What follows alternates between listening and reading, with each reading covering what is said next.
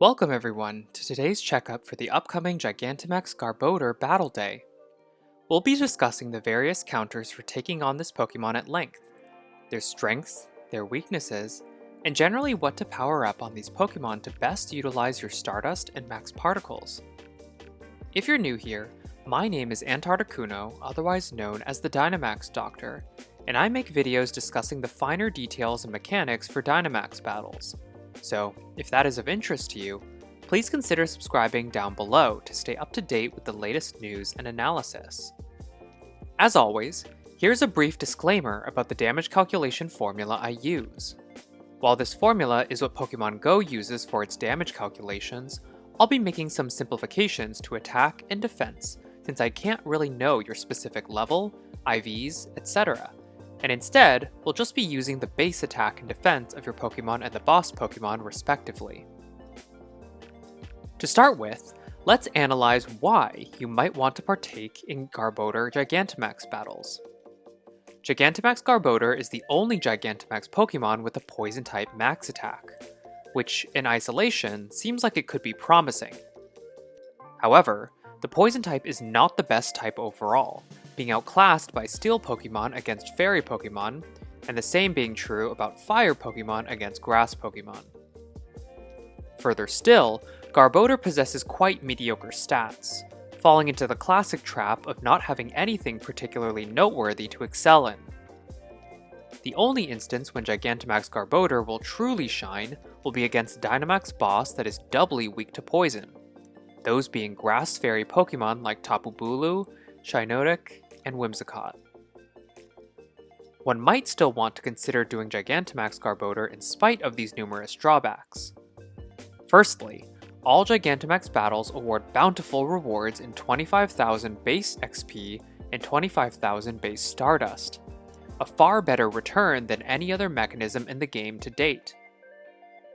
As many players become reacquainted with level up tasks, earning tons of Stardust and XP cannot be discounted. Further, Garbodor is a Stardust boosted Pokemon, so each Garbodor that you catch will also yield you roughly an additional 1,000 Stardust. Outside of the resources, and despite its appearance, this animated trash pile Pokemon has earned some adoration from trainers, so I expect this event to still draw resource grinders and fans alike. On screen is a triple Venn diagram featuring the roles for attackers, tanks, and healers, along with placements for each of the Pokemon we'll discuss today into the roles they fit best. This isn't to say that you can't try to make something like Snorlax an all-out offensive powerhouse, but that it tends to skew more heavily in the territory of healing and damage sponging. For the upcoming Gigantamax battles, I'd recommend a team composition of at least one strong attacker and 2 tanks or healers. Let's dig in. Alakazam is up first, and it's the best attacker for taking Garbodor down. It possesses a monstrous 271 attack stat which can power devastating max Mindstorms. It and its pre-evolution Kadabra both get access to the 0.5 second fast attack Psycho Cut as well, making this entire Pokemon line essential pickups when building your team. While you probably want to use Alakazam over Kadabra whenever possible, Kadabra's attack stat is still extremely serviceable as well. And if obtaining an Abra still proves to be a challenge, it turns out that there is a free Dynamax Abra in the October Go Pass. So, if you can't find an Abra at a nearby power spot, feel free to use the one provided by the game. Next, we'll talk a bit about the Eon twins, both of which can be great options for Garbodor as well. Latios leans into offense more naturally, with an attack stat on par with Alakazam. Latias leans more defensively, but still puts up respectable damage with its max Mindstorms. Both possess solid bulk for attackers, and so can be great options if you're looking for an attacker that you don't need to switch out all the time. The only downside with these Pokemon is the same as with all legendary Pokemon. Grinding candy to power up their max moves in CP can be difficult and time intensive, so really only use these if you have the candy or commitment to make them work. There are plenty of budget build options anyway. Excadrill is the classic face of versatility and affordability when it comes to a Dynamax attacker.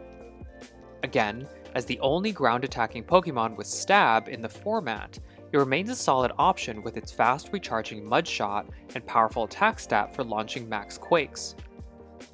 Normally, a defense stat of 129 won't cut it, but thanks to its Steel typing, most attacks from Garbodor won't be making much of a difference.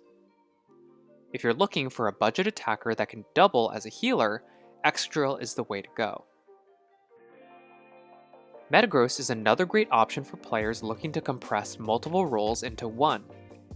In the span of the year, Metagross went from a tank with subpar fast attacks to now having 2 very serviceable fast attacks, and multiple opportunities to farm candy, with the recent Mega Raid Day and various Steel-themed events.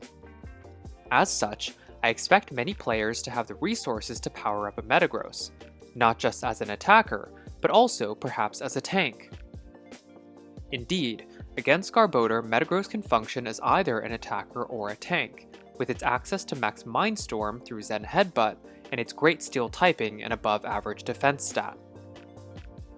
That being said, building a Metagross for Garbodor won't be as straightforward as you might think. In order for Metagross to deal its maximum damage with max Mindstorm, you have to choose Zen Headbutt as its fast attack, which is unfortunately a 1-second cooldown move, thereby limiting Metagross's ability to charge the max meter as quickly as if it had Fury Cutter or Shadow Claw. Choosing those moves fit better into a tank build for Metagross, since you'll want your tanky Metagross to draw fire as long as possible, and thus, moves that help you charge the max meter quickly are far superior. Keep this in mind when investing into your Metagross. You'll likely have to choose between an offensive build or a defensive one. Zamazenta continues to be a great tank option. After all, 292 defense is a high watermark that most Pokemon will never be able to compete with. Compound this with Steel typing to resist all of Garbodor's moves and a spammy Metal Claw fast attack, and you have a recipe for the best tank to bring against Garbodor. As with all legendary Pokemon, make sure you have the candy to invest into this Pokemon before choosing to bring it into battle. The last thing you want to do is bring in a Zamazenta with an underleveled max guard move, as its starting shield is where Zamazenta carves out its unique niche. And if you thought 292 defense on Zamazenta was good, just wait until you see Shuckle's defense. This Pokemon is a bit less well-rounded than other tanks. It doesn't have a 0.5 second fast attack, and its stamina stat is so pitiful that it prevents Shuckle from surviving long without shields. That being said, once you can get a Shuckle up and running, prepare to never lose another hit point again. Shuckle is a bit more available than other Pokemon mentioned today, so keep that in mind when contemplating which tank to bring against Garbodor. If all you need is a rock-solid wall and nothing else, Shuckle may be your answer. Corviknight is another great budget option for players looking to bring a tank for Gigantamax Garbodor without breaking the bank candy-wise. There was a Rookidee Community Day only a few months ago in August, and so many players may still have candy to spare for powering up a Corviknight.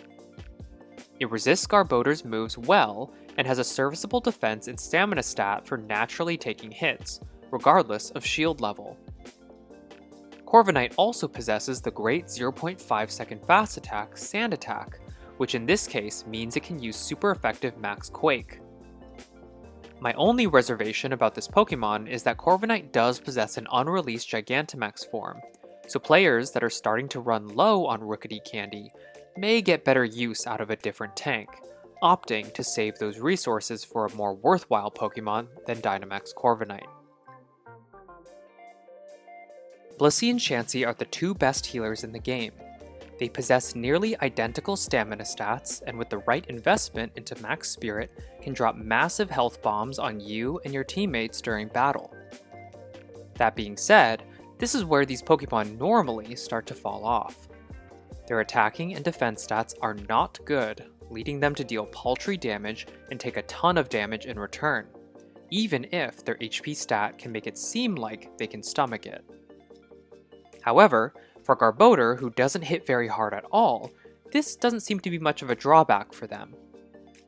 Furthermore, where Pound is almost always preferred to Zen Headbutt with its 0.5 second cooldown, Psychic-type attacks are super effective on Poison, so Blissey users may find some use in powering up its max Mindstorm. Even just one level can start to make Blissey a lot less passive than it normally would be. Where normally Blissey and Chansey users may encounter issues overhealing when 1 or 2 max moves is plenty to heal up your party, resulting in a wasted max move attacking or healing an already full health bar. A powered up max Mindstorm can actually deal okay damage for once. Snorlax is another great healer. As is typical between the comparison between Blissey and Snorlax, the latter tends to offer more versatility at the expense of raw healing power. This remains the case, with Snorlax's G-Max Replenish outdamaging Blissey's best efforts easily. This is taken further against Gigantamax Garbodor though, since this Dynamax boss has such low defenses that Snorlax's Gigantamax attacks deal almost as much damage as that from Zamazenta. Consider this when weighing your healing options. Some may just find good use for Snorlax in this fight. I hope you feel a bit more prepared for the upcoming debut of Gigantamax Garbodor. If you learned something or found anything surprising in today's video, drop a comment below. And don't forget to like and subscribe while you're at it. Till next time.